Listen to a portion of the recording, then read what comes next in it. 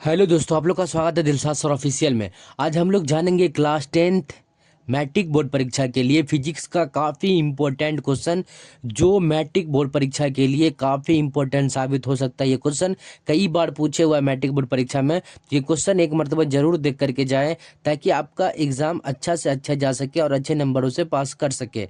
तो क्वेश्चन है कि प्रतिबिंब यानी इमेज किसे कहते हैं, ठीक है, ये कितने प्रकार के होते हैं। तो सबसे पहले हम लोग जानेंगे प्रतिबिंब के बारे में, इमेज के बारे में, ठीक है। तो आंसर में लिखा हुआ है कि जब किसी वस्तु को दर्पण के सामने रखा जाता है, क्या दर्पण के सामने रखा जाता था, तो दर्पण में उसकी आकृति बन जाती है, उसका इमेज बन जाता है। तो दर्पण में बनी हुई आकृति को ही हम प्रतिबिंब बोलेंगे, ठीक है। यानी कि जब किसी वस्तु को हम लोग दर्पण के सामने रखते हैं, तो उस दर्पण में उस वस्तु का जो है आकृति बन जाती है। तो दर्पण में इसी आकृति, दर्पण में बने हुए इसी आकृति को हम लोग प्रतिबिंब बोलेंगे। जैसे हमारे घर में एक दर्पण होता है, यानी कि जिसको हम मिरर बोलते हैं, ठीक है। मिरर लगा रहता है, अब ठेठिया भाषा में बोले तो उसको आईना लगा रहता है। तो उसमें हम क्या करते हैं कि अपना चेहरा देखते हैं, तो सेम शक्ल बन जाता है। तो क्या हमारा प्रतिबिंब बना कि नहीं बना? तो वही जो है प्रतिबिंब, यानी कि जो मिरर में मेरा परछाई बना, तो उसी को हम क्या बोलेंगे? प्रतिबिंब बोलेंगे, ठीक है। तो जब किसी वस्तु को दर्पण के सामने रखा जाता है, तो दर्पण में उसकी आकृति बन जाती है। तो दर्पण में बनी हुई आकृति को ही हम लोग प्रतिबिंब बोलेंगे। अब प्रतिबिंब के प्रकार जानेंगे, ठीक है। तो प्रतिबिंब दो प्रकार के होते हैं। देखिए, प्रतिबिंब जो है दो प्रकार के होते हैं। पहला वास्तविक प्रतिबिंब, जिसको रियल इमेज बोलेंगे, और दूसरा आभासी प्रतिबिंब, जिसको वर्चुअल इमेज बोलेंगे। तो पहले हम लोग वास्तविक प्रतिबिंब के बारे में जानते हैं। तो जब किसी बिंदु वस्तु से चलने वाली प्रकाश की किरणें परावर्तन के पश्चात, क्या कह रहा है कि जब किसी बिंदु वस्तु से चलने वाली, जब किसी बिंदु वस्तु से चलने वाली प्रकाश की किरणें परावर्तन के पश्चात किसी दूसरे बिंदु पर वास्तव में मिलती है, वास्तव में मिलती है, तो बिंदु पर उस वस्तु का वास्तविक प्रतिबिंब बनता है। क्या बनता है? उस वस्तु का वास्तविक प्रतिबिंब बनता है, ठीक है। तो याद रखना है कि जब किसी बिंदु से, मान के चलिए यहाँ पे एक बिंदु है, ठीक है, और यहाँ से क्या हो रहा है कि यहाँ से प्रकाश आ रहा है, और ठीक है, और यहाँ से क्या करता है, फिर दूसरे बिंदु पर यहाँ पे ये बन रहा है, ठीक है, यहाँ पे इमेज बन रहा है। तो यहाँ पे ये जो बन रहा है, तो हम लोग पढ़े हैं कि प्रकाश का परावर्तन, जब प्रकाश की किरण एक बिंदु से टकराकर वापस उसी माध्यम में लौट जाती है।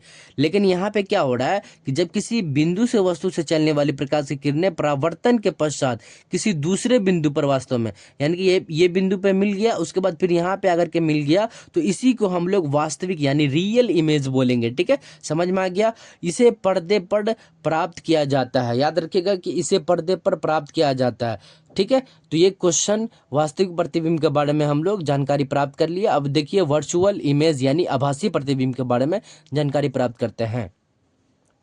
तो जब किसी बिंदु से चलने वाली प्रकाश की किरणें परावर्तन के पश्चात किसी दूसरे बिंदु पर वास्तव में नहीं मिलता है, क्या करता है कि नहीं मिलता है, इसमें मिलता है लेकिन इसमें नहीं मिलता है, तो इस बिंदु पर बने प्रतिबिंब को उस बिंदु का आभासी प्रतिबिंब बोलेंगे, ठीक है। यानी कि उस बिंदु का हम लोग क्या बोलेंगे? आभासी प्रतिबिंब।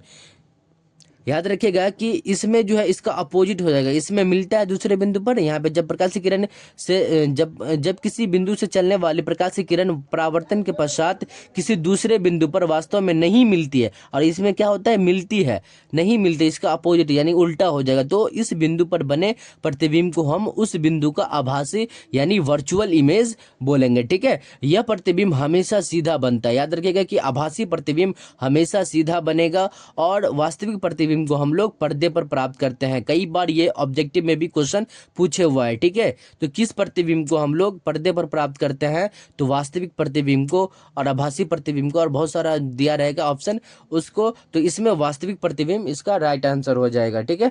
और किस प्रतिबिंब, कौन सा प्रतिबिंब पे हमेशा सीधा प्रतिबिंब बनता है? तो वो आभासी प्रतिबिंब यानी वर्चुअल इमेज पे, मतलब ये जो है वर्चुअल इमेज पे हमेशा सीधा प्रतिबिंब बनता है, ठीक है। तो इस तरह हम लोग प्रतिबिंब किसे कहते हैं, प्रतिबिंब के प्रकार के बारे में संपूर्ण जानकारी प्राप्त कर लिए। तो ये फिजिक्स का काफ़ी इंपॉर्टेंट आपको साबित हो सकता है। कई बार ये क्वेश्चन मैट्रिक बोर्ड परीक्षा में देखने को मिला है, इसलिए ये क्वेश्चन एक मरतबा जरूर देख करके जाए, ताकि आपका एग्जाम अच्छा से अच्छा जा सके। और अगर आप लोग को ये वीडियो अच्छा लगा हो तो लाइक जरूर कीजिएगा, और चैनल पर नए हो तो चैनल को जरूर सब्सक्राइब कर लीजिएगा।